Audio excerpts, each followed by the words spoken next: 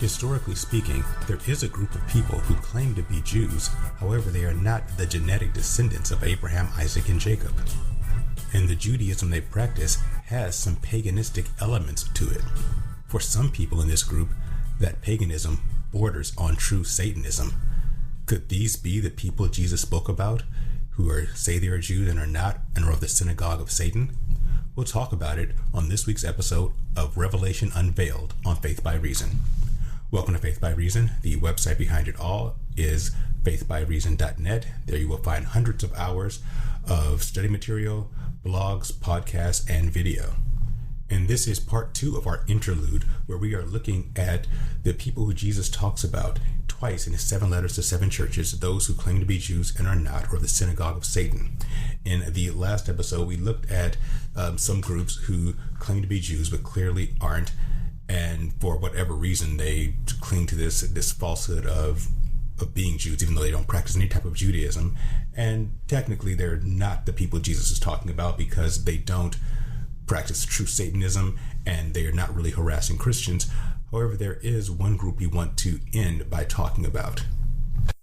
This final group is the most controversial of all, for a couple reasons. Number one, they seem to maybe meet the criteria, but it's highly disputed. And there are people in my research, I found that people who look at this group and put them in this category, many of them seem to be highly anti-Semitic, and I don't want to run the risk of offending God and his chosen people. So instead of just giving you my words, what I'm going to do is read for you from one of the research documents that I've looked at that gives a comprehensive overview of it. And I want to say right now, these are not my words. What I'm about to read to you are not my words. This is the words of this research document. And I'm not even going to mention the document because I don't want there to be any confusion as to whether or not I endorse it. So I'm not going to tell you where it's from. I'm just going to read it to you because it gives an overview of who these people are and what they're thought of, and then we'll give commentary after that. So, okay, I'm going to start reading right now. From the 7th through 10th centuries AD, there existed one of the most influential empires in all of history. An empire you've likely never heard of, and that's probably by design. This was the empire of the Khazars. The Khazars were a Turkic and Slavic people whose empire at its heights stretched from western Russia, including Kiev, north towards the Rhine River and modern-day Eastern Europe, east to the Caspian Sea, and bordered to the south by the Black Sea, Turkey, and the southern steppes of the Caucasus Mountains. For 3 centuries, the Khazarian Empire terrorized their Russian, Byzantine, European, and Muslim Arab neighbors, not through military force, but through economic exploitation. The land of the Khazars was strategically located at the nexus of the most important trade routes in the world, the so-called Silk Road to China, the western route to Europe, and trade routes to the Middle East, all converged in Khazaria. There was no way to get imported goods without passing through their lands. The Khazars took full advantage of this situation by exorbitantly taxing all goods that came through their land, and lending money to those who could not pay the tax at high interest rates. Through these practices, the Khazars became extremely wealthy and influential. They were also known for hoarding wealth, fiercely guarding their family bloodlines, and actively finding new ways to extract money from foreign traders, often through graft and actions which today would be considered racketeering. Because of this, the Khazars earned the infamous reputation as greedy, tribal, untrustworthy, possessing no honor, dishonest, cheaters, cruel, petty, and godless. There was actually a saying among the Arab states that said, the Khazars worship many gods, but the chief among them is mammon, or money. After centuries of enduring Khazarian economic abuses, the surrounding powers finally had enough, and in a rare show of unity, decided to band together and break the commercial hegemony of the Khazars. In order to enforce some form of morality on them, the Russian, Arab, and Turkish governments demanded that the Khazarian leadership convert to one of the 3 Abrahamic religions. The Khazars chose Judaism, partially out of defiance to their Muslim and Christian Orthodox conquerors, but also because the Jewish mysticism of Kabbalah appealed to them, since the Kabbalah combines occultic paganism that they were used to with nominal Judaism. As their empire fell, the Khazarian people began to migrate to other nearby areas, mostly southern and eastern Europe, Russia, and Germany. But their negative reputation as unscrupulous, materialistic, and untrustworthy miscreants followed them, with other populations considering them undesirable pariahs. Their nominal practice of Judaism, along with a not-so-subtle penchant for anti-Semitism in the medieval church, led the Khazars to eventually be known only as Jews, specifically Ashkenazi Jews. This is why most people to this day who are considered Jews bear no resemblance to their alleged Middle Eastern ancestors, but are in fact indistinguishable from Eastern European Caucasians. This also explains why so-called Jews speak a hybrid Slavic/Hebrew language called Yiddish. This also furthermore explains why these Jews embrace Slavic traditions, such as the rites of passage known as bar mitzvahs and bat mitzvahs. And additionally, this explains why devout Khazarian mystics practice Hasidism and call themselves Hasidic Jews with their traditional black hats, black outfits, and curly hair. Due to their despised status, these Ashkenazi Jews were legally separated from European Christian society, relegated to ghettos, and culturally marginalized. Despite all this, the ruling Catholic hierarchy of medieval Europe found use for the Ashkenazis. The Catholic Church was incredibly wealthy and longed to increase that wealth by lending money to businesses and governments at interest. However, they were prevented from doing so due to biblical laws against usury. The Ashkenazis, on the other hand, had no problem with this type of lending and had in fact used it to swell their coffers in Khazaria. The church used the Ashkenazis as their money-lending proxies, giving them a small cut of the interest and property seized from non-payment. It was a win-win scenario for both parties. The church vastly increased their wealth and control while shifting blame for their unfair banking practices to the already hated so-called Jews, the Ashkenazis. The Ashkenazis also gained wealth and status as the premier bankers of the world. In the 1700s, one of these banking families, the Bauers of Germany, were commissioned by Dutch royalty to siphon money to England to fight the Napoleonic Wars. These actions made the Bauer patriarch Meyer Amschel-Bauer extraordinarily wealthy. He used his new wealth to have his sons set up banks in every major financial center in Europe. Eschewing their Jewish surname, Meyer Bauer renamed his family after their sigil, which was a red shield. Red shield in German is Rothschild. Thus, the famed Rothschild banking dynasty was formed. Their incredible wealth and resources allowed them to be reluctantly accepted into the upper echelons of European society, with the Bauer sons marrying into the most prominent European families. The Rothschilds and similar Ashkenazi Jewish dynasties stayed faithful to their Khazarian culture, utilizing ruthless efforts to gain, consolidate, and hoard money and power by any means necessary. And despite their claims of Judaism, they stayed true to their occultic religion and its paganism, Satanism, perversions, secretiveness, and hatred of Christianity, and desire for a global hegemony of power and control. This occultism was in line with that secretly practiced by the European elite families and royalty which they married into. These are the globalists who run the world to this day from behind the scenes and finance governments and wars. Many Ashkenazis immigrated to the United States in the 1800s. They formed the so-called Jewish mafias that terrorized New York and the East Coast. The Jewish mafia was known to control the distribution of Nickelodeon machines in the early 1900s. These machines were so named because for a nickel, you could watch short films, often pornographic, in these small booths called the Nickelodeons. In an attempt to gain more control over their product, the Jewish mafia decided to start financing the production of the movies that was shown on the Nickelodeons. Thus, they moved to the burgeoning society of Southern California, where the open space and mild climate allowed for year-round production of films. Being occultist, they christened the land they purchased with a druidic pagan ceremony of good fortune and blessing through the waving of a wand made of the wood of the holly tree on top of a hill. And they named the city they established Hollywood Land, later called Hollywood, and placed the famous sign there. With this, the Ashkenazi Jews controlled the incredibly lucrative and influential world of entertainment and media. Along with their European counterparts, they now had great influence over banking, politics, corporations, education, and media, essentially controlling influence over the entire world. The last remaining pillar to conquer was religion, especially the hated religion of Christianity. This is why entertainment has always been hostile towards the Christian religion, with the hostility growing exponentially each year.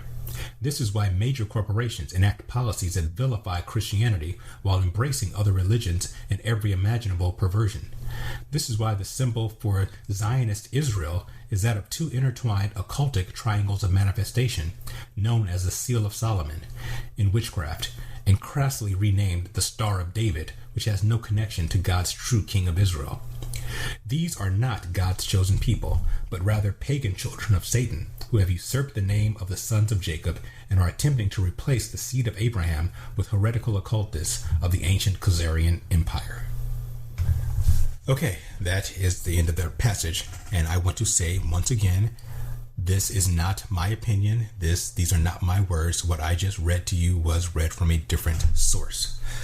So the question that should obviously come to mind is, do I believe this? Is this faith by reason take this stance? And the only answer I can give you right now is I don't know. It's not a cop-out. You know, I don't shy away from controversy, but I'm not going to endorse any belief system or any piece of information that I cannot corroborate. And unfortunately, I have not been able to corroborate this. Every time I've done research, and I will see many sources that confirm this whole Khazarian Ashkenazi Jew position, I will find an equal number of sources that refute them and offer evidence that gives reason not to believe that this is the case, that these Ashkenazi Jews, Khazarians, are who they say they are. So with evidence being 50-50 going in both directions, I cannot tell you whether or not I believe this is true. I can tell you that if it is true, if what I just read to you is true, it does explain a lot.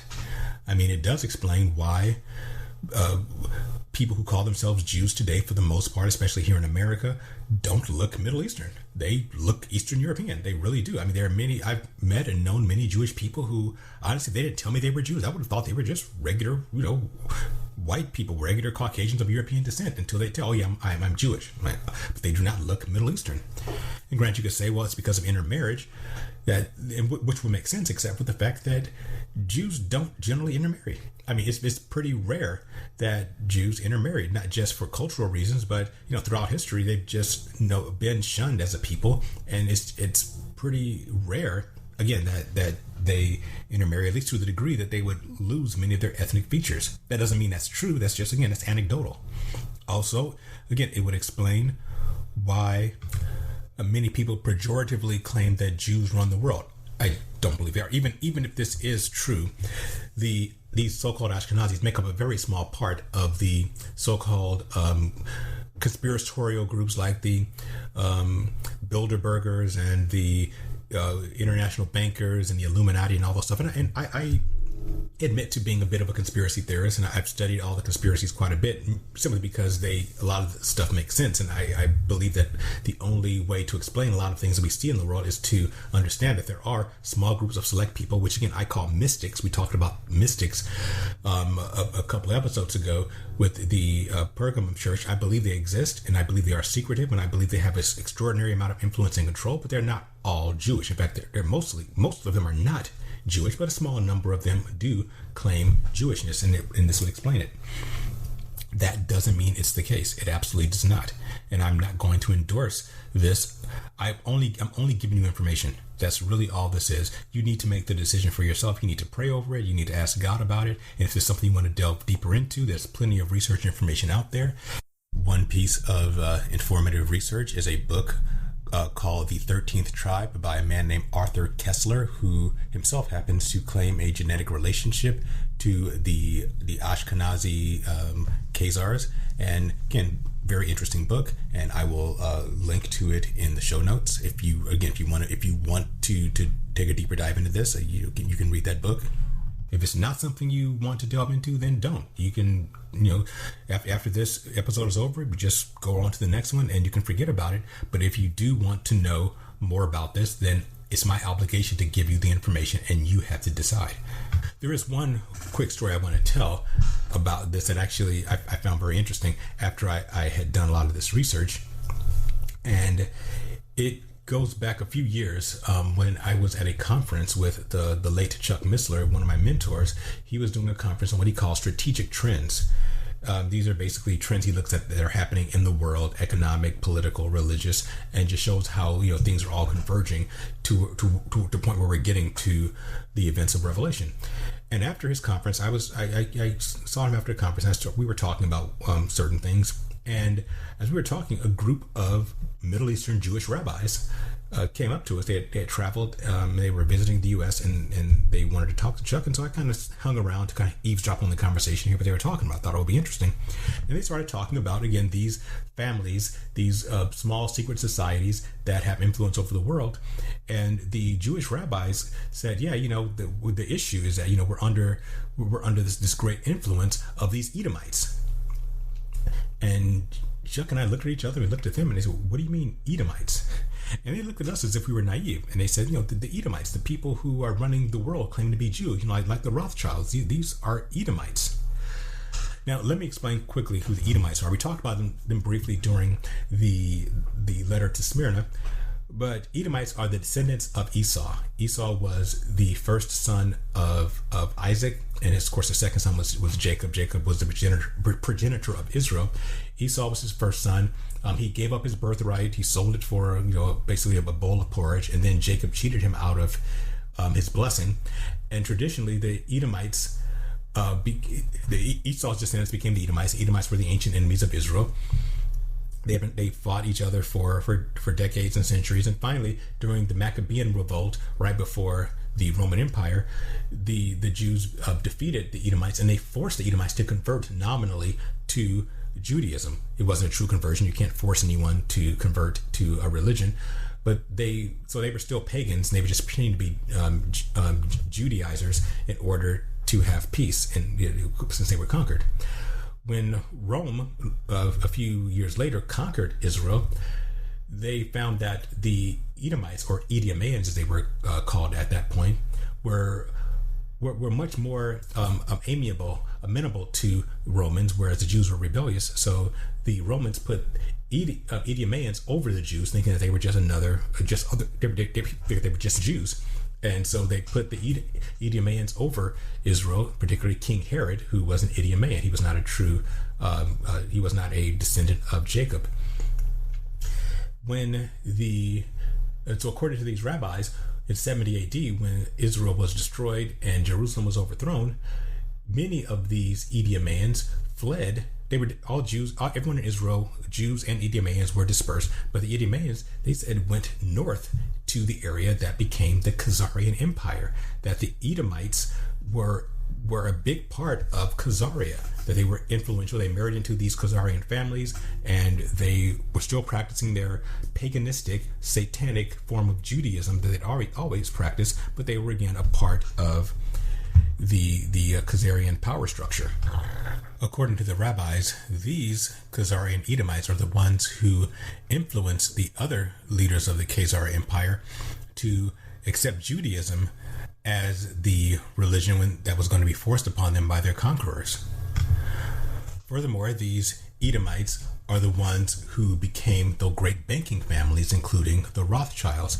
Remember that Edom in Hebrew means red, because Esau was known to have red hair. He was a very hairy person, and his hair was red, and so red kind of became the sigil for Edom and Edomites and Idumeans.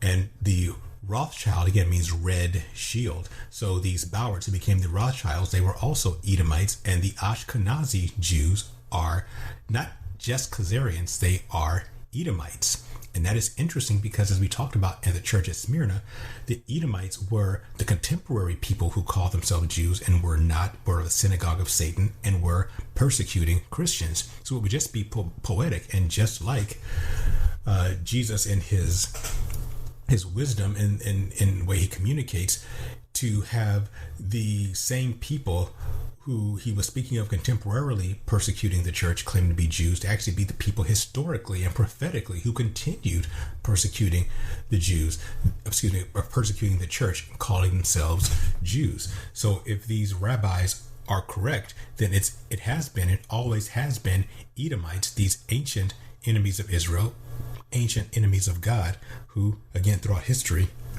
have been persecuting the true church of God. Is this true? Maybe, maybe not. But if it is, let's look at if they check off all the boxes here. If this is true, yes, they are claiming to be Jews. Number two, they are not Jews. They are either Khazarians or they are Edomite Khazarians. Number three, they are practicing a form of Judaism that is paganistic. They call it Judaism. If it's Kabbalah or something like that, it's actually Satan worship. And lastly, they are and have been persecuting the church from the beginning and all the way to this day. So if, and that's a big if, what I've read to you is true and what these Jewish rabbis believe is true, then these folks would absolutely qualify as the folks Jesus is talking about who claim to be Jews and are not, or the Synagogue of Satan, and are persecuting his true church. But that is something that you are going to have to decide for yourself. Do your own research if you're led to do so, and in prayer, go down this road and decide for yourself. All right, I'm going to wrap this up. Thank you for listening. I appreciate it.